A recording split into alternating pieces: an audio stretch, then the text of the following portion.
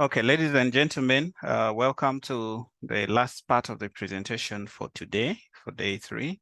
And I'm going to be looking at the datasets available in the eStation and how it can be put into good use. This presentation was originally prepared by a gentleman in GRC. GRC, if you keep hearing GRC, it means Joint Research Center, okay? It's a Joint Research Center. So this gentleman, Claric, there are a number of them who prepared this presentation initially. Then I just basically modified a few things so that I customize a few things so that it can fit what I want to talk about in this. So what is this presentation going to basically cover? So it's how the eStation datasets, so EO datasets that the eStation uses are configured in totality, right? So, yeah. All right. So we keep talking about these challenges that the EO, and I'm already seeing some people asking questions whether we can use QGIS and all this, but yeah, we still have this issue that we have a wiggle of all the data sets up there, and we are trying to figure out what do we pick from this wiggle of content. So Doctor has already spoken a lot about it, but here what I want to emphasize is that good interpretation of the results, okay? Good interpretation of the results is important to guarantee a good use and application of the analysis that one has to perform, right? So what do we mean by this? So eStation data comes with different products. So when I talk about the products, I mean the vegetation products, the rainfall products, the fire products, the inland water products, the oceanography products, and the other miscellaneous. So miscellaneous is just a number of them, like land surface temperature, like evapotranspiration, and so forth. So these are the data sets that are inside soil moisture and the rest under the miscellaneous section. But for each of these categories, they are products. So initially, these were basically categories, then later they are products. So as you see here, the vegetation category has 8 products in them. Rainfall has 4 products, and fire has 1 product. Oceanography has 9 products, and miscellaneous data has 2 products. But within the vegetation category, you then have these other products. So we have the water surface index, we have the MODIS FAPA, we have the NDVI, we have the DMP, which is dry matter productivity, we have the forest cover, we have the leaf area index, LAI, and other products, as you'll probably see. But as you see here already, that these products are of different versions or coming from different satellites. A case of an example is the FAPA. So we have the FAPA that is coming from MODIS satellite. And then we have also FAPA here, which is coming from the what we call the PROBA-V satellite in under the SPOT satellite, basically. So you need to note that the eStation tries to integrate products of single categories coming from different satellites as per that. So that's the beauty. If you are doing this in a native software, let's say QGIS, ArcGIS, ArcMap, ArcGIS Pro, others have other softwares like if you're using Spirit, for example, you'll still be doing the same thing. You will still be using one product for that category at a time. But the eStation, as you'll probably see tomorrow when we are running the actual hands-on analysis. You'll be combining a number of data sets coming from different satellites and also different categories, integrating them all together in one analysis, in one-time analysis. And that's the beauty that the eStation come with. I don't know about the new generation, the new young people, the new GIS experts that are coming on board. Things have been made a little bit much easier. When we started doing GIS, for me, a couple of years ago, it was a very, very tough process of doing analysis. You take days to do that, and people would not believe you because at the end of the day, what you've generated is just a map. And somebody will ask you, so for this map, why did you take a month to generate it? So things were really, really hard, but with the improvement in technology, things are becoming easier. Of course, what the challenge we have with the current experts who are coming on board is that they don't take time to interpret things, okay? They don't take time to interpret things. They'll make a map and give it to you without taking keen interest on trying to interpret what is there. And if you ask them that, what is this? Then they will not be able to interpret. So I also encourage the new upcomers to try their best to see that you understand the underlining processes that is being done. And also, like Mutebi mentioned, you need to be careful about the accuracy of the product or of the data that you're working with, so that the outputs that you're presenting really, really makes sense.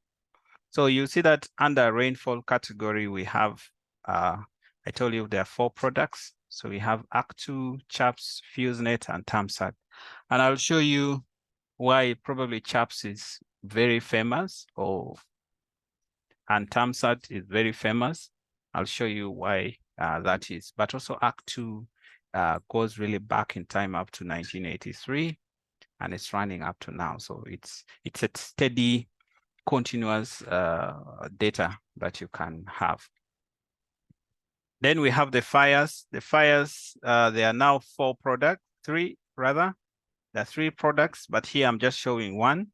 But there are 3 products in the current eStation. This presentation is a little bit absolute to a small extent, but there are 3 products under the fires. And then oceanography. So oceanography are those who work in the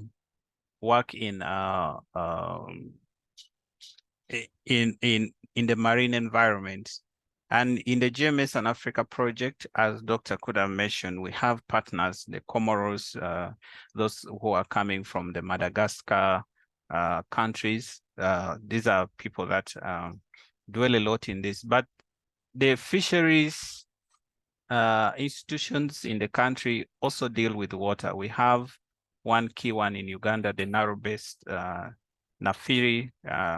They also work a lot in the inland lakes, but also the coastal regions of Somalia, of Kenya, Tanzania, going down to South Africa and going up to Djibouti and Eritrea.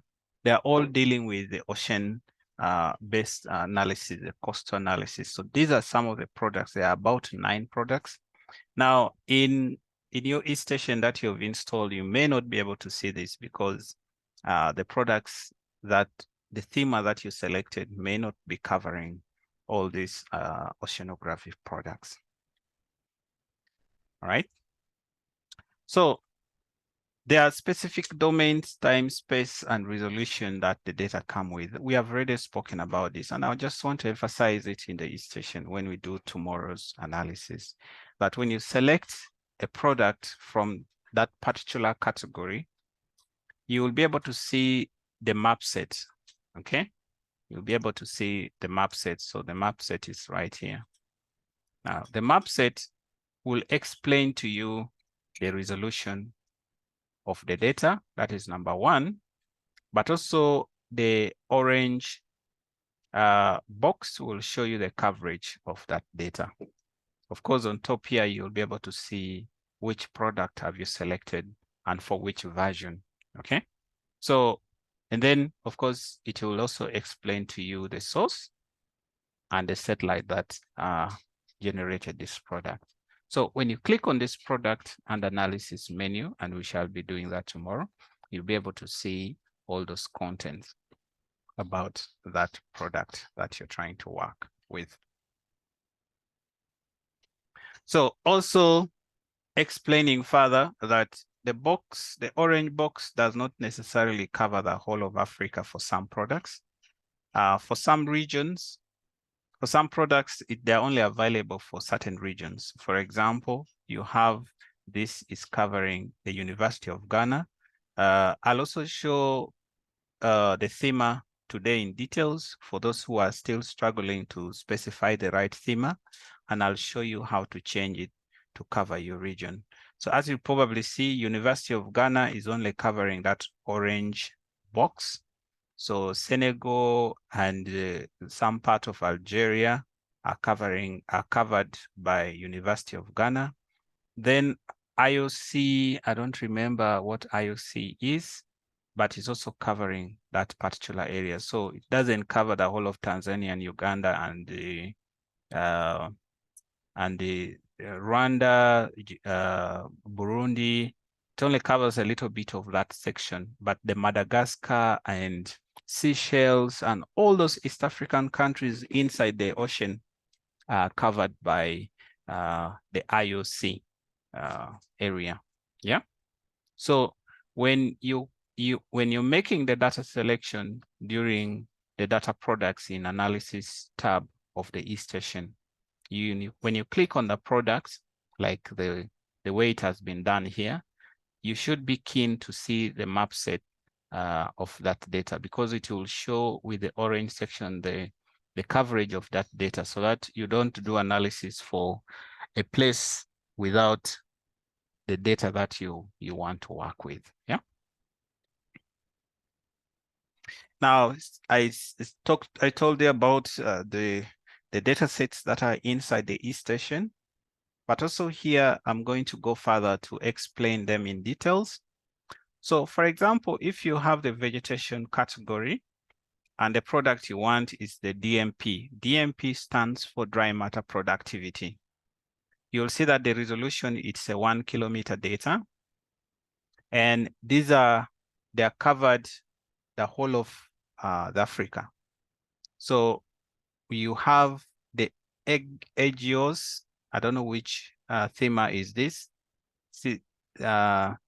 SICOs, and so many things are there. So in East Africa, the one I'm familiar with is the ICPAC and the RCMRD. Of course, we have the SASCAL, which should be in the West or in the North Africa.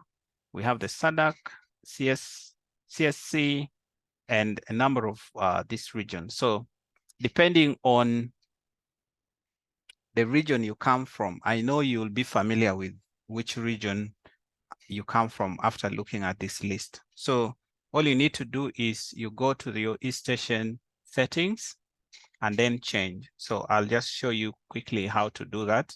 In my case, I'll change from, if you want to have the whole of the Africa at a go, okay, then you select the GRC. So let me show you how that is done. So what you do is you go to this PC, and then you go to your local disk C. You locate the eStation folder, okay? And then you go again to the eStation 2 folder, and then you locate the settings. So the settings folder has two files. You have the system setting and you have the user settings. So you go to the system settings. A disclaimer here that you need to do this when you know what you're doing. Otherwise, you'll break your software and then you'll go through the process of uninstalling it and reinstalling it again. So for example, the theme that I have here is RCMRD. So what you do is you need to use this, this presentation. You'll be able to come here and then look at the region that is okay for you. So I'm going to change mine to ICPAC because I'm still in the same region. So you you simply type this in capital letters. You put ICPAC. Okay. If I want, I can also change it to JRC. So JRC, if I want to have data for the whole of Africa. But like I told you, doing analysis, having data for the whole of Africa requires you to have a lot of data. So be mindful of that. So when you're done, you simply go to File and Save. So when you save and you go back to your eStation, just get out of the presentation a little bit and go to my eStation, which is here. Okay, sorry. So eStation, I go to localhost.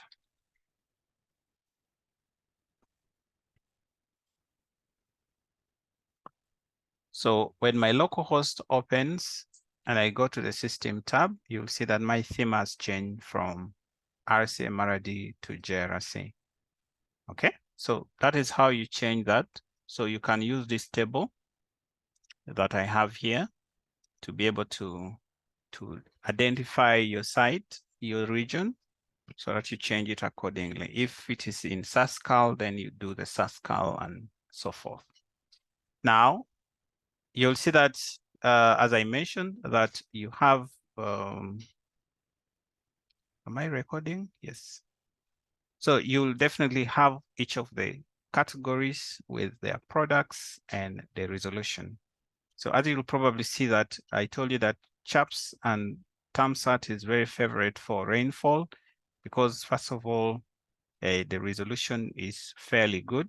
ThermSat is 4 kilometer and CHAPS is a 5 kilometer. But also if you look at the availability, it starts from 1981 up to 2024 and the products are still coming through. So that's why rainfall analysis, these two products are really, really favorite for doing climate-based analysis, the drought and all that. We shall also see that one of the other products is the SPI, the Standard Precipitation Index, which is a 5 kilometer resolution and it's available for all the regions, as you'll probably see in this slide. So we have the fire. The fire, we have, like I mentioned, there are 3 products. We have the farm. The farm has 2 products, the fire incidences and also the burn area. And of course, then we have the VGT-BA and you see the resolution. So the farm's data comes in 1 kilometer and then the VBA in 30 kilometers. But for Uganda, really, or rather for East Africa or Africa, farms has really, really done a good job in monitoring the fire incidences. So we'll be seeing those tomorrow as we're doing analysis. So I told you that we have the miscellaneous products. The first one is the ET, which is evapotranspiration, LST, which is the land surface temperature, SM, which is the soil moisture. All this is very important for agriculture, but also for climate-based analysis. The rate of transpiration of water from the soil to the atmosphere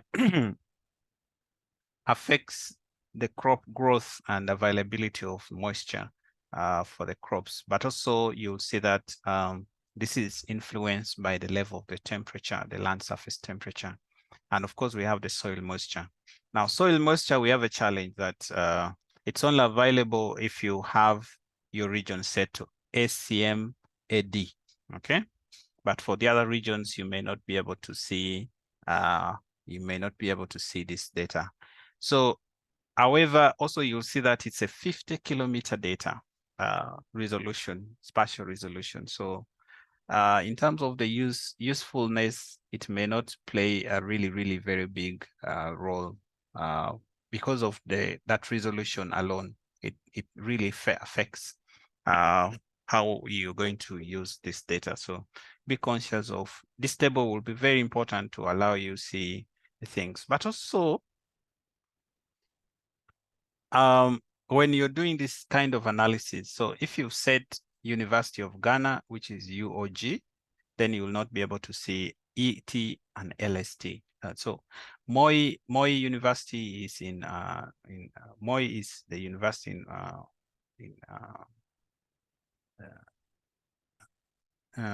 no, it's a region, not the university. So you'll be able to see some of those issues if you are doing that. Now, we have not talked about the training center. The training center is, I would say, the configuration that you give to the eStation if you're going to be using it in the laboratory. So in Makerere University, we are planning to install a training center in one of the GIS labs in the university. We have quite a number of them, but in one of them, we're going to be installing the training center. So the training center configuration allows many computers to be having the eStation, yet they're all picking data from one server, okay? They're all picking data from one server, but they're running all your students are able to do analysis, or the users are able to do analysis in each of the computers that are linked to that server. So we are going to be doing that in not very long. So we have also the marine, those who work in the marine areas. We see that we have a number of products, but the challenge is the availability, but also the regions, the themas which the data set is available for. So the training center is always well catered for. They have all the data sets available for this. But if you want, for example, ICPAC, RCM, RD, we don't have the marine because they're operating in the inland. Their focus is really the inland areas. So you will not see the marine, or these data sets will not be available. So the other thing is you can go with the GRC if you want, so that you can be able to have all these data sets available. And we shall be running analysis using the GRC already configured platform. So we shall be having all these data sets available. We have also the water body, and all this water body, the number of data sets, but the resolution is 30. Remember, Landsat is a 30-meter resolution data, but it's only available in AgriMet. AgriMet covers the region of ECOWAS, so that whole part. So you can only have it if your thema is set to that. Okay, so this table is very important, and I'm going to share the file which actually explains some of the things a little bit deeper for you to understand. My time is crazy on me. It's running so fast.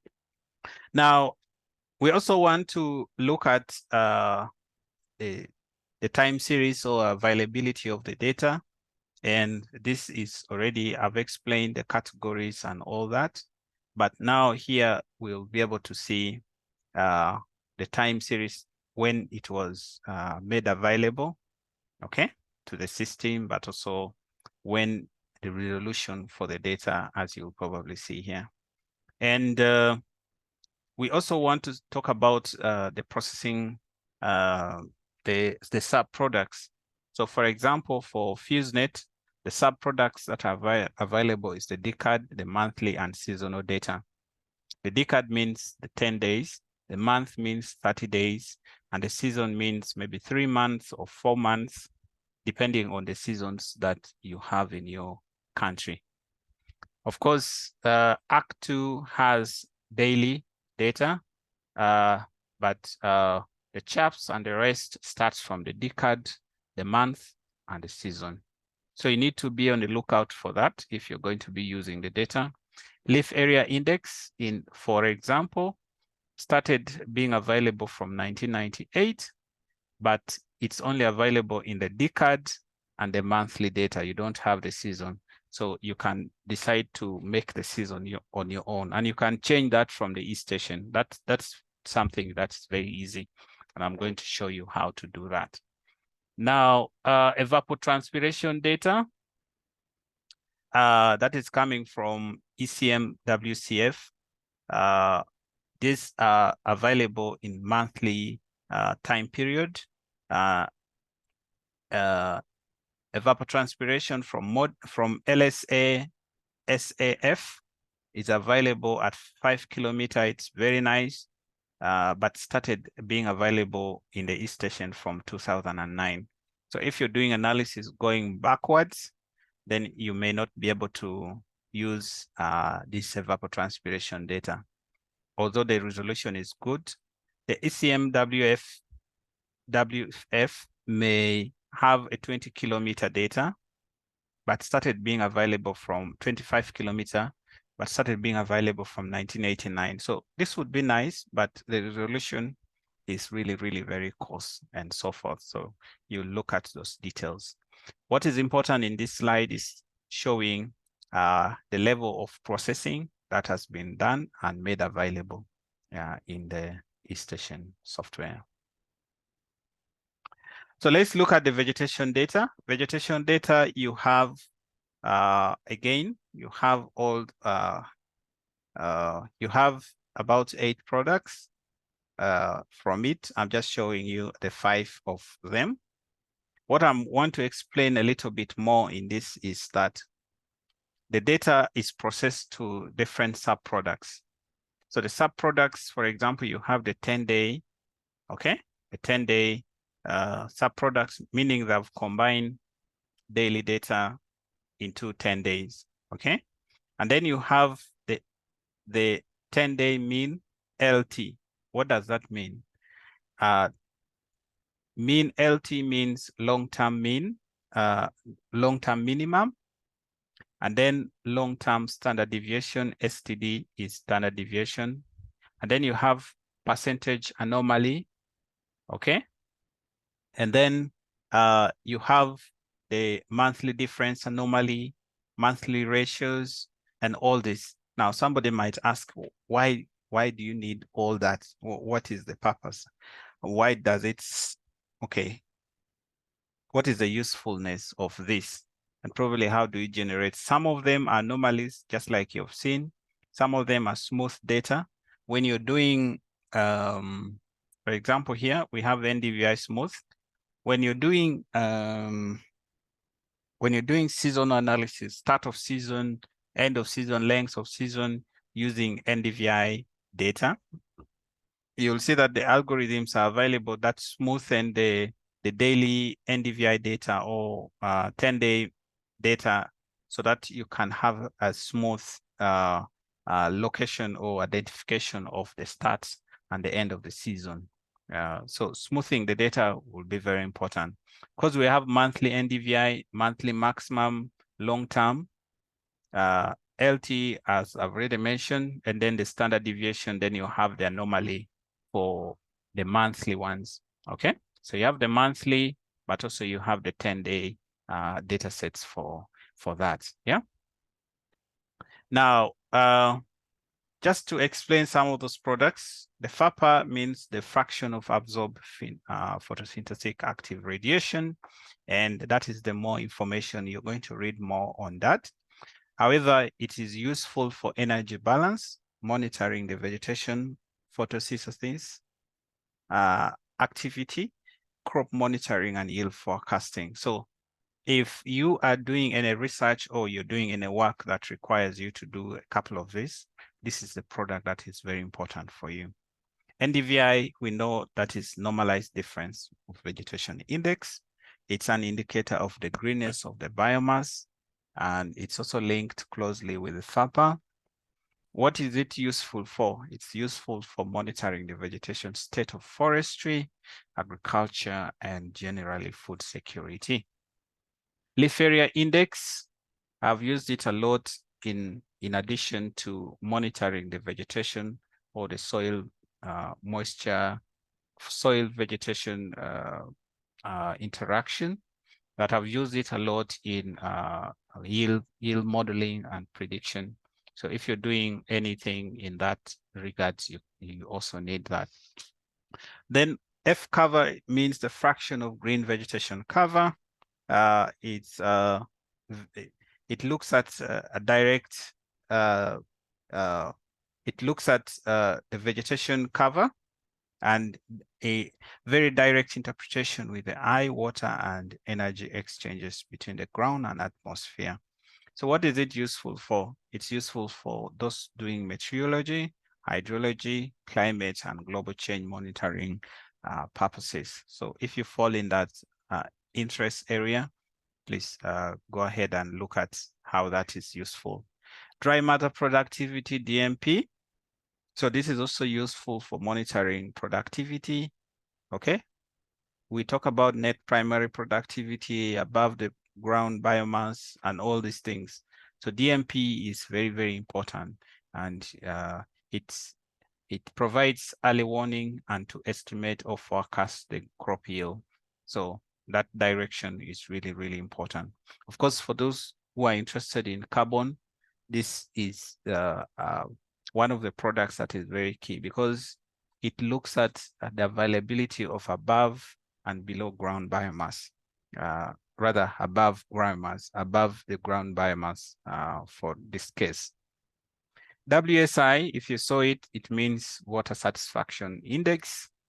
So what does the water satisfaction index means? So if you have the crops, or you have the forest, or you are doing anything related with the rainfall, the combination of rainfall and evapotranspiration, then the water satisfaction index is very, very key. We shall be using, remember, on Friday, shall be doing drought. So water satisfaction index is one of the products and SPI that we shall be using to see the level. Remember, drought is normally related with the food crops, or the crops, looking at the yield. So that is something that we will look at next. Now, I've also brought this table to try to show you, if I'm looking at a 10-day average, what does it mean and how was it calculated? So let's give just one example here, a quick one. So what is the 1 month average? 1 month average. Where is my annotation?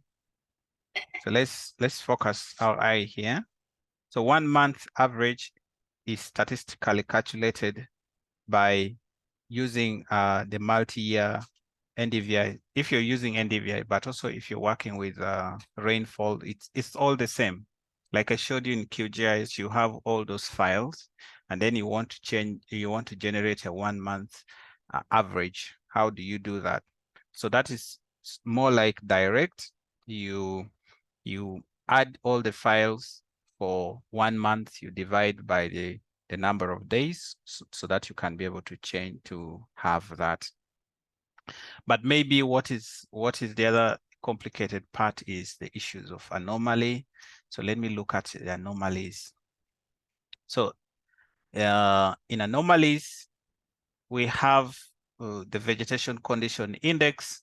That is what can be used to test the greenness of an area, in addition to the general NDVI that is used. But we have the standard NDVI, monthly standard NDVI, okay? And we have the difference, monthly difference NDVI, and then the percentage. So all these are looking at the anomalies that are available in the data. So the list is very long. I can't follow through all of them because the time is already running, but you'll take time to try to reflect on some of these tables that you have here. For rainfall, we have those products. And as I mentioned earlier, we have the 10 days and the monthly data sets. So the 10 days, you have the 10-day absolute difference, which is an anomaly, but also you have the normalized precipitation, which is also an anomaly. So the monthly The 10-day normalized precipitation is for 10 days, sum, but for the month is for 30 days sum. So you'll be able to interpret that easily. And also, this is just a quick way of how they were calculated. So 10-day percent is an anomaly, is a relative difference percentage, which is computed by saying 10 days minus the 10-day average, divide by the 10-day average. What do you mean by the 10-day average? So the 10-day average means, first of all, you've computed an average of 10 days, okay? For a long-term period. What do I mean by long-term period? So if your analysis is say, I want to analyze the 10-day percent of year 2023, what you need to do is you need to first think about the long-term average. So the long-term average could be from 2010 up to 2023. So you first calculate the 10-day average of that long-term period, okay? And then after that, you can then obtain the difference by saying 10 days of 2023 January divided by the long-term average minus rather the long-term 10-day average divided by that long-term 10 average. So that's the percentage for that. And the absolute differences and all that. So this is all explained in this slide. I'm going to rush through because my time is already consumed. So we have example in the eStation here, where you have products available daily, decade, and monthly. So daily is, so this is 1 month this is a 1 month product, which is coming from CHAPS, 1 month product that is coming from FuseNet, and 1 month product that is coming from TAMSAT. FuseNet, as you saw, was 8-kilometer resolution, so you'll see that the squares are a bit more visible. This is the same extent, but you can see that the squares are more visible here because of the low spatial resolution. But here, a little bit tinier or smoother because of the high spatial resolution. Of course, TAMSAT is more because it's a 4-kilometer resolution. So, like we mentioned, that there are large uncertainties in the estimation. Remember, these are satellite-based estimation of the climate data or rainfall, precipitation, and so forth. So the estimations sometimes can be uncertain, but you need to check and see which one gives you the best, correlate better with the actual things in the ground. Standard precipitation index, we are going to use it on Friday, but this is just showing the calculation process. So first you do aggregation, then you do the model fitting, you look at the probability and you normalize your data. So how is that done? So the total precipitation amount of cumulated period for, let's say, from November to October 2018, you'll have a value 1. So you have for different years of the same month and so forth. So you calculate that to do the aggregation first. And then next you do the fitting. So you're using the gamma distribution model to be able to do the fitting. Now, the software has already done all this for you in the background. So, but generally this is how this is done. Then you generate the distribution. And when you normalize your data, you obtain what we call the Z-score. So normalizing allows you to aggregate the data, but also look at how the behavior is in terms of the probabilities of the data. So at the end, you'll have the data that is running from -2 to +2, and each of them indicates a level of extreme dry or extreme wetness of an area. Okay. So SPI has some cautions to be considered when you're using, okay? It's an anomaly independent to the raw precipitation value. And you also need to be careful with the average values mean of SPI over their region, okay? Because SPI of an average rainfall over the region might not indicate, may not be the same as the rainfall for that particular region. So very interesting, however useful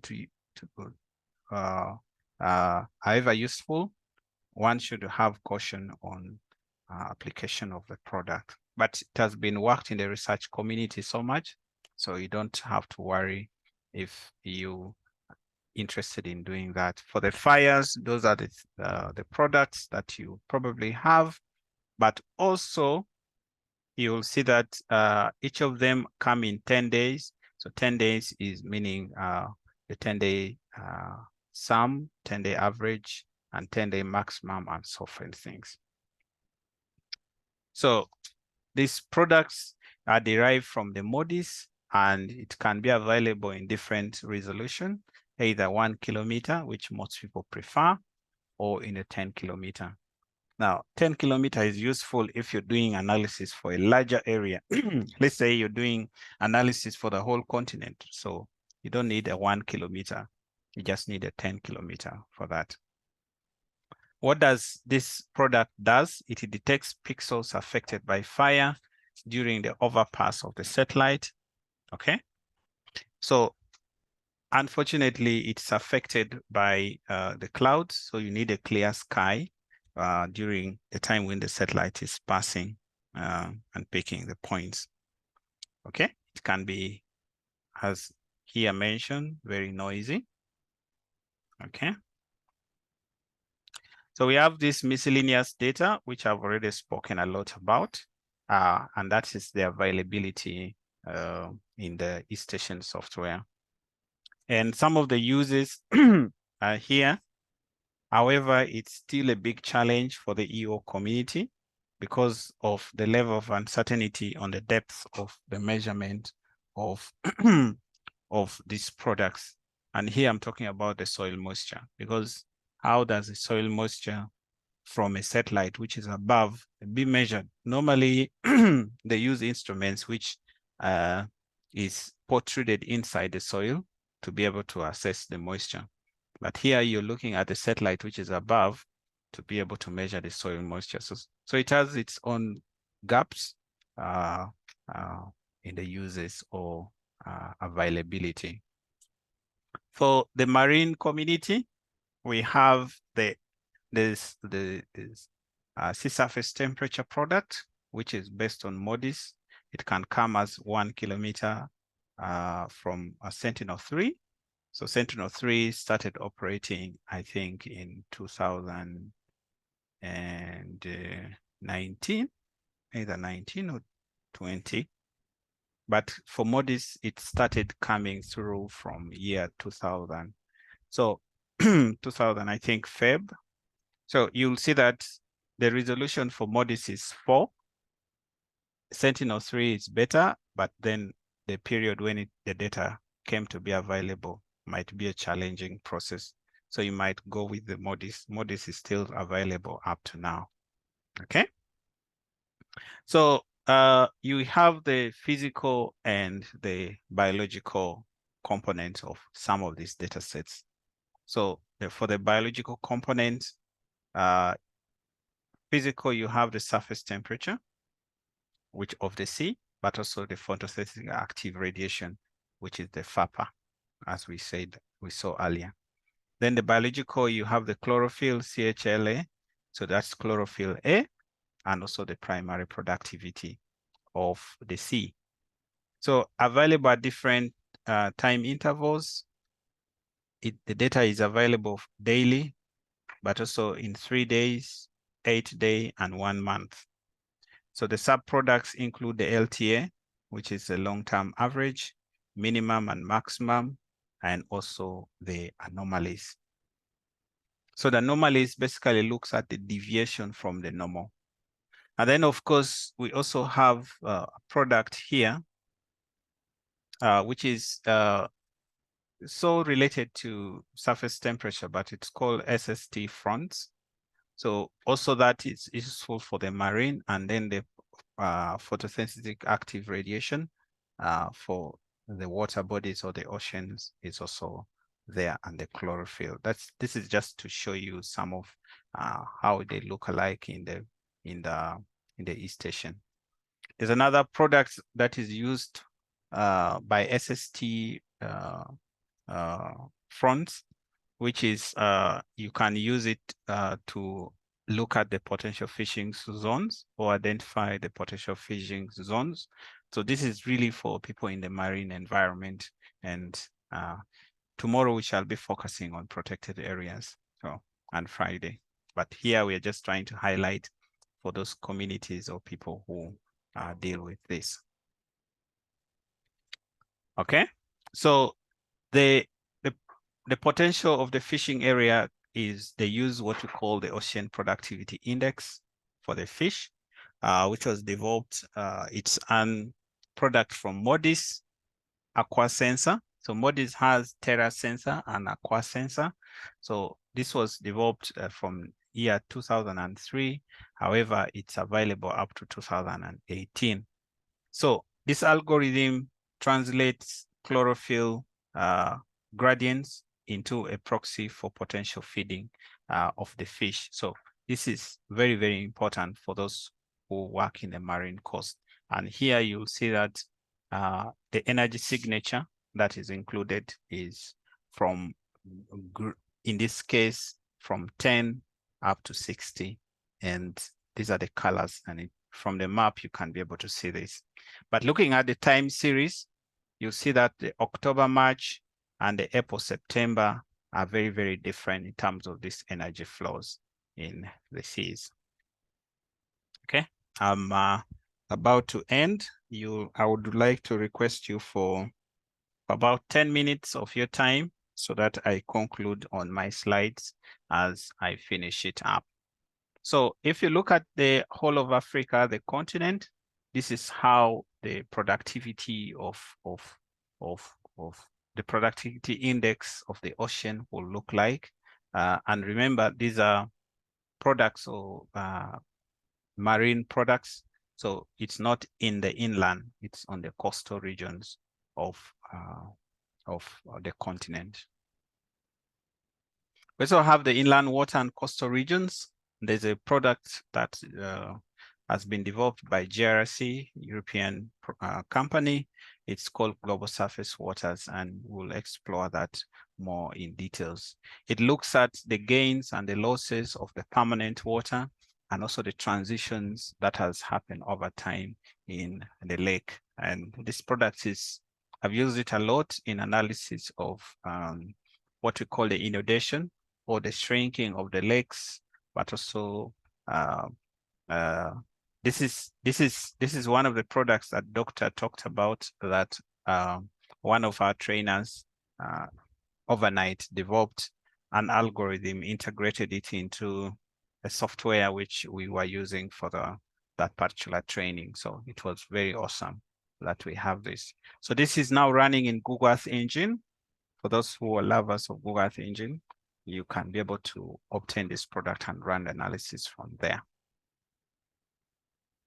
Okay, so some of the areas and zones that are having these products available are right here. So you'll be able to look at it in details in the when you receive the slides.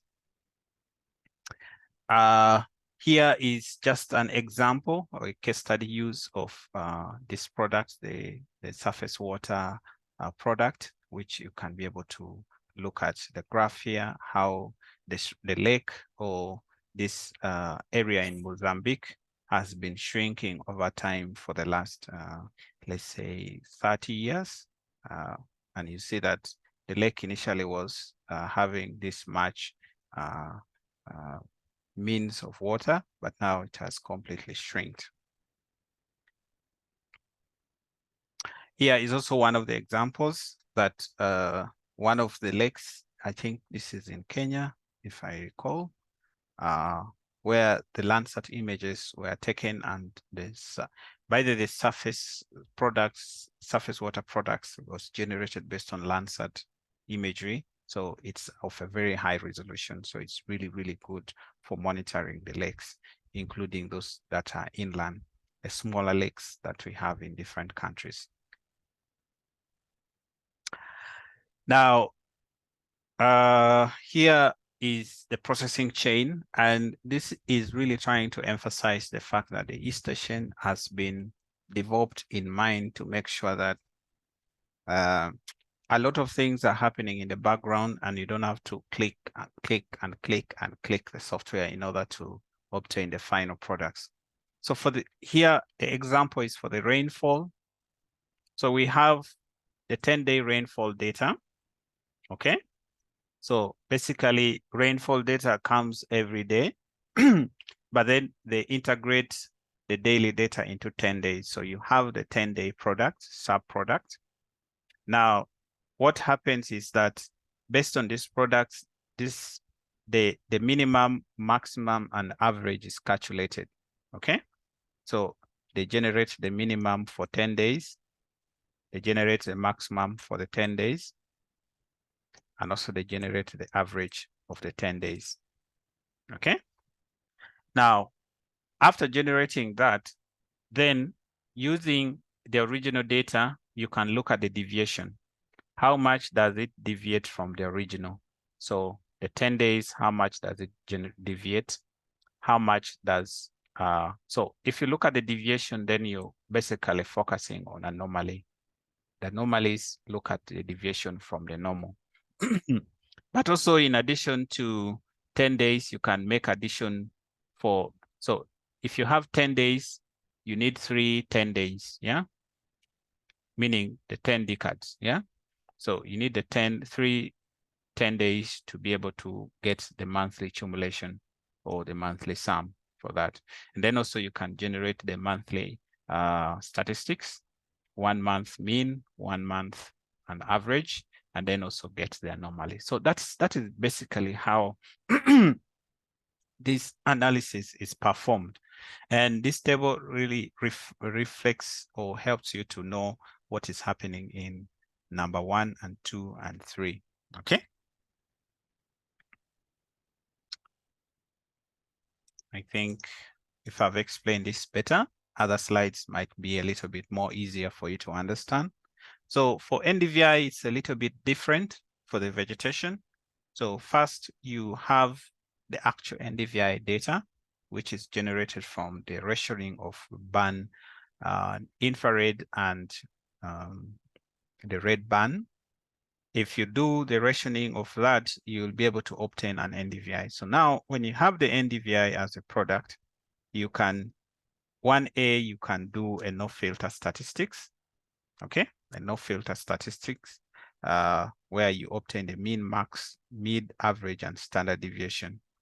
But if you do a filter, here you'll obtain the linear filter to it, whereby you obtain linear filter 1 and 2. So what happens is that based on this product, you can be able to know the bare soil linear filter, but also you can generate other filtered statistics. Here, there's no filter. This one is the filtered statistics. And based on the filtered, the NDVI and the filtered statistics, you can be able to obtain the anomaly. Remember here, you're basically, anomalies, you're looking at the deviation from the normal after performing a filter, a linear filter on the image. Okay. Of course, you can also obtain the bare soil from this nonlinear, rather the filtered data. Okay. So if you have the filtered data with rather here and the statistics, you can also obtain these filtered stats or anomalies right here. Okay, perfect. So that also is the continuation of NDVI non-filter, or rather filtered data and so forth. You'll take time to look at how this is, and you'll be able to understand it. So for evapotranspiration data, the processing chain is this simple. You have the ET, which is potential evapotranspiration data in a TIFF format, and then you obtain a 10-day and 30 minutes product, and then you obtain the 10-day cumulative and also the 1 month cumulative. So this is just direct. The processing chain for land surface temperature is here. So one is you have the land surface temperature, which is based on, if you look at Landsat, it's 5 and 6. For Landsat 7, for Landsat 8, 10, and 11. I hope so. Yeah, if my memory serves me right. So if you have those bands and you generate the land surface temperature, the whole process is there, then you can be able to have the 1-day max. Remember, this is a MODIS product, so it comes daily. So you have the 1 max LST. LST is land surface temperature, 10-day max, and also 10-day 15 mean and max, and also 10-day mean LST. So it's just as direct as that. And if you look at the fire product, this is the processing chain. The time I've requested for is already done. So I'll just finalize with the DMP, which is the dry matter productivity.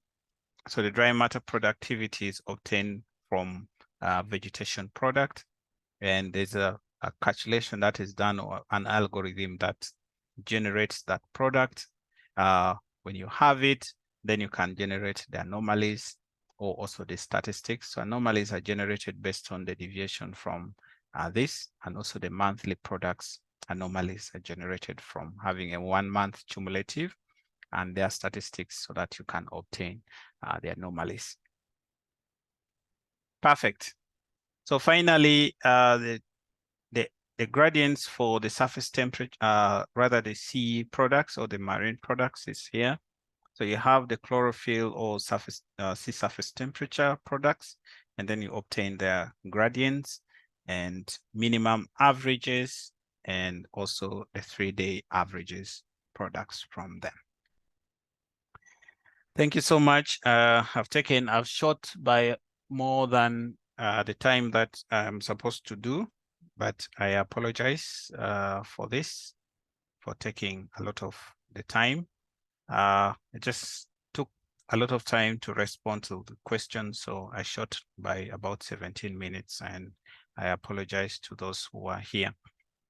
Okay, other than that, I would like to check if Doctor is on so that he can close us off for today. Doctor, you're welcome.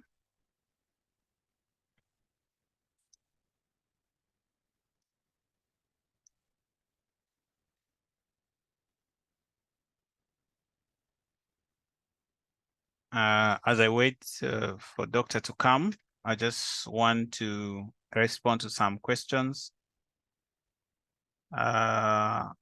Amori Faraja, I will be able to respond to you shortly.